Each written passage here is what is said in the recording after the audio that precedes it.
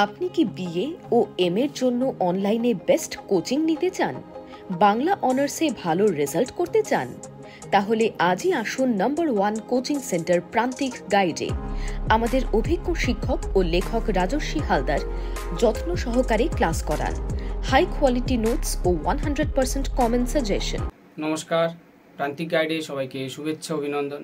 প্রান্তিক গাইডের পক্ষ থেকে আজকের নিবেদন কলকাতা বিশ্ববিদ্যালয় BA 6 semester Bangla honours DSC B 4 পেপারের লাস্ট মিনিট ফাইনাল সাজেশন। এই পেপারে রয়েছে লোকসংস্কৃতি ও লোকসাহিত্য। এই লোকসংস্কৃতি ও লোকসাহিত্য পেপারের লাস্ট মিনিট ফাইনাল সাজেশনটা আমি দিয়ে দিচ্ছি, অবশ্যই সংগ্রহ করবে। এই পেপারের আমি ইতিপূর্বে ফুল সাজেশন একটা দিয়েছি, অন্য একটা সাজেশন দিয়েছি, সেটা যারা সংগ্রহ করেছে তারা কোশ্চেনগুলো লিখে নেবে এবং অবশ্যই করে আজকে আমি স্টার মেরে দেবো, সেগুলো স্টার মেরে নেবে। বেশি স্টার, কম স্টার, সুপার স্টার মেরে দেবো, অবশ্যই তোমরা সেই স্টারগুলো মেরে নেবে। যেগুলো স্টার মারবো সেগুলো আগে পড়বে, বাদ বাকিগুলো পরে পড়বে। এই পেপারটা কিন্তু খুব সহজ, খুব সহজ। যারা নিয়েছো তারা দেখো সব থেকে বেশি নাম্বার পাবে। এই পেপারের শর্ট কোশ্চেন তোমরা অবশ্যই 15টা পারবেই, অবশ্যই 15টা পারবে। শর্ট কোশ্চেনের উপর একটা ভিডিও আমি দেবো এবং সালের কোশ্চেনগুলো সলভ দেবো, অবশ্যই তোমরা সঙ্গে থাকবে। সবাই চ্যানেলটা সাবস্ক্রাইব করে রাখো। আমি শর্ট কোশ্চেনের ভিডিও আমি দেবো এবং সালের প্রশ্নের সলভগুলোও দেবো, অবশ্যই সঙ্গে থাকবে। 10 এবং 5-এর লাস্ট মিনিট ফাইনাল সাজেশনটা দিয়ে দিচ্ছি, খুব মনোযোগ দিয়ে প্রথম থেকে শেষ পর্যন্ত ভিডিওটা দেখবে, শুনবে, ফলো করবে। আবারও বলছি, তোমরা এই পেপারে কিন্তু অনেক নাম্বার পাবে, কারণ লোকসংস্কৃতি এবং লোকসাহিত্য খুব সহজ একটা জায়গা। আরও একটা গুরুত্বপূর্ণ হচ্ছে যে তোমরা যখন এমএতে যাবে, এমএ ভর্তি হবে, তখন দেখবে একটা স্পেশাল পেপার নিতে হয়। সেই স্পেশাল পেপারে লোকসংস্কৃতি ও লোকসাহিত্য একটা পার্ট থাকে। যখন চয়েসের ব্যাপার হবে, যখন চুজ করতে হবে, তখন তোমরা অবশ্যই করে লোকসংস্কৃতি ও লোকসাহিত্যটা চয়েস করবে, কারণ তোমরা গ্র্যাজুয়েশনে পড়ে যাচ্ছ। সে রেগুলার এবং ডিস্ট্যান্স সব জায়গাতেই রয়েছে স্পেশাল পেপারে লোকসংস্কৃতি লোকসাহিত্য। তাই এই নোটস, প্রশ্ন উত্তর সব কিছু রেখে দেবে, তোমাদের আগামী দিনে কাজে লাগবে। আমি তাহলে প্রশ্নগুলো বলে যাচ্ছি, তোমরা লিখে নাও, আর যারা লিখে রেখেছো স্টার মেরে নেবে। খুব মনোযোগ দিয়ে শুনবে, কারণ 5টা হচ্ছে খুব গুরুত্বপূর্ণ, কারণ এটা খুব সহজ। আবার দেখবে কোশ্চেনগুলো জটিলও হয়ে আসে, ঘুরিয়ে পেঁচিয়ে দেয়। তাই অবশ্যই কোশ্চেনগুলো খুব মনোযোগ সহকারে কিন্তু দেখবে, দেখার পরে উত্তর লিখবে। আগে ভেবে নেবে এর উত্তরটা কি, তারপরে তোমরা উত্তর লেখা শুরু করবে। মডিউল 1-এ রয়েছে পুণ্যিপুকুর মাঘমণ্ডল সেজুতি। আমার মনে হয় 3টে ব্রতই করো, কি পড়েছে আর পড়েনি বাদ দাও। পুণ্যিপুকুর মাঘমণ্ডল সেজুতি 3টে ব্রতই করো, অবশ্যই 2টো পাবে, না হলেও একটা অন্তত পাবে।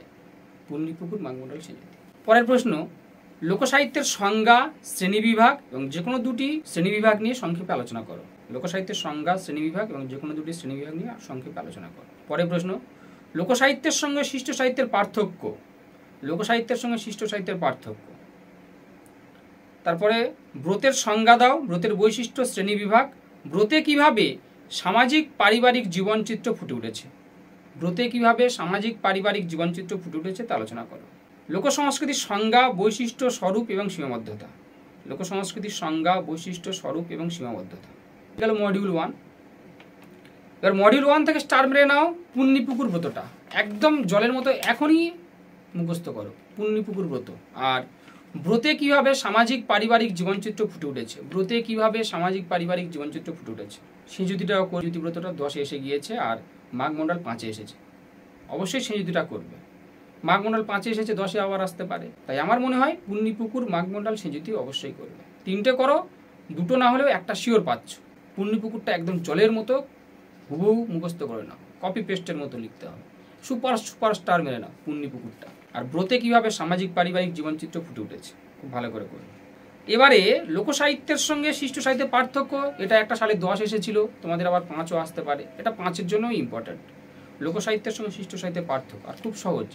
লোকসাহিত্যের নোটস মাথায় আকাশ ভেঙে পড়ার মতো নোটস নয়, যে খুব কঠিন, মুখস্থ করতে খুব কষ্টসাধ্য ব্যাপার, তেমন কিছু নয়। লোকসাহিত্যের নোটস খুব সহজে অবলীলায় মুখস্থ হয়ে যায়, মুখস্থ হওয়া সম্ভব।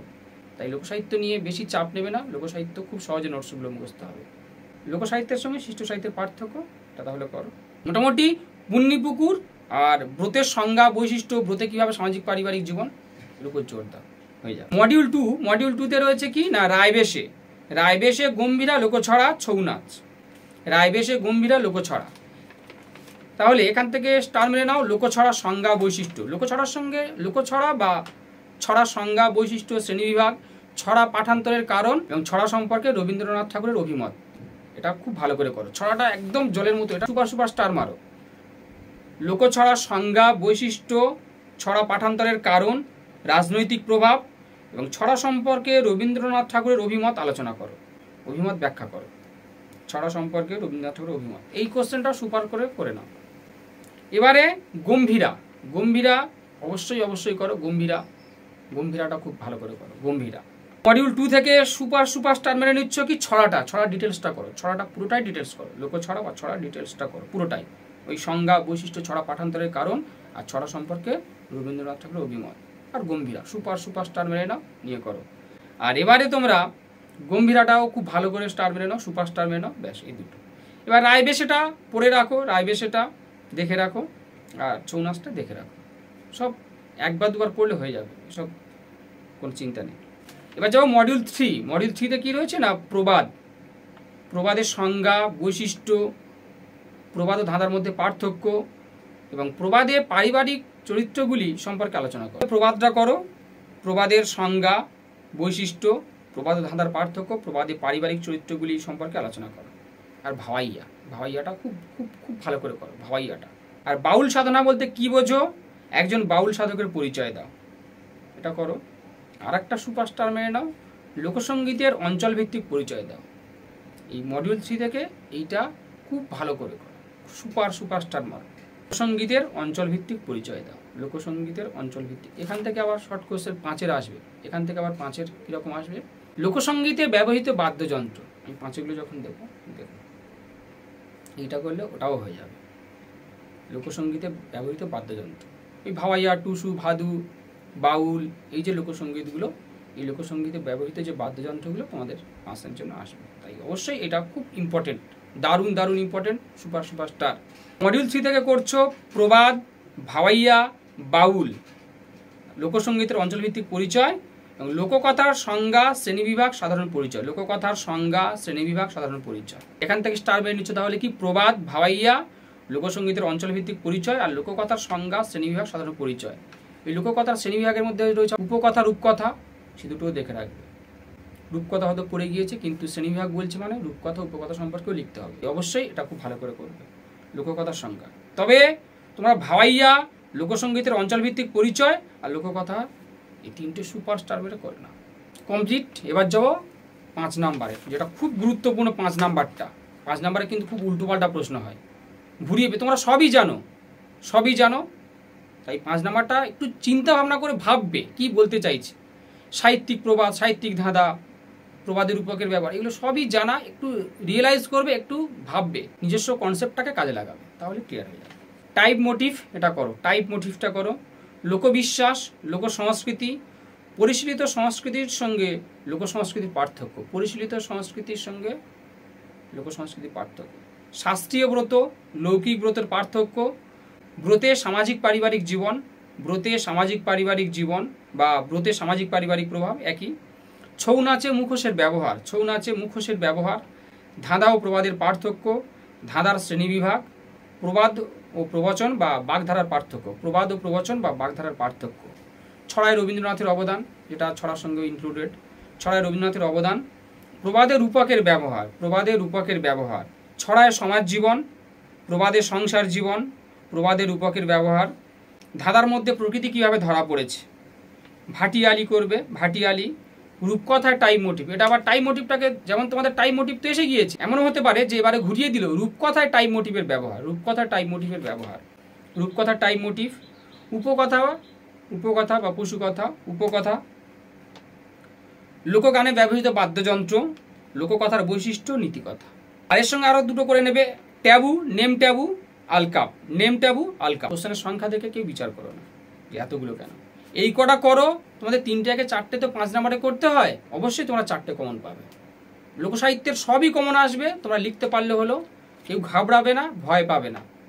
অবশ্যই করে দেখবে সবই জানা পাচ্ছ, শুধু চিন্তা ভাবনা করবে কোন উত্তরটা হতে পারে, গুছিয়ে লিখবে, বড় নোটসের মধ্যে থেকেই সব পেয়ে যাবে, একদম ঘাবড়াবে না, ভয় পাবে না।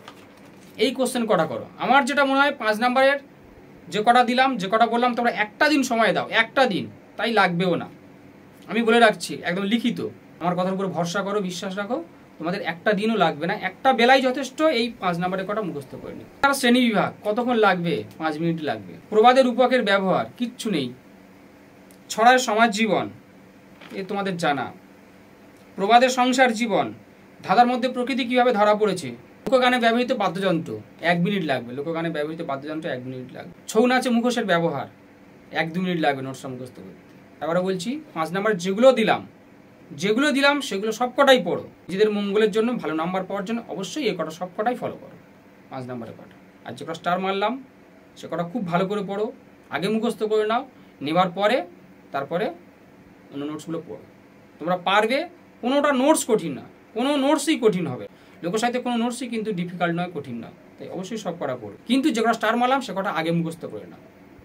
আর আমি শর্ট কোশ্চেন এবং সালের কোশ্চেনের সলভ দেবো, চিন্তা নেই, সঙ্গে থাকো, অবশ্যই পেয়ে যাবে।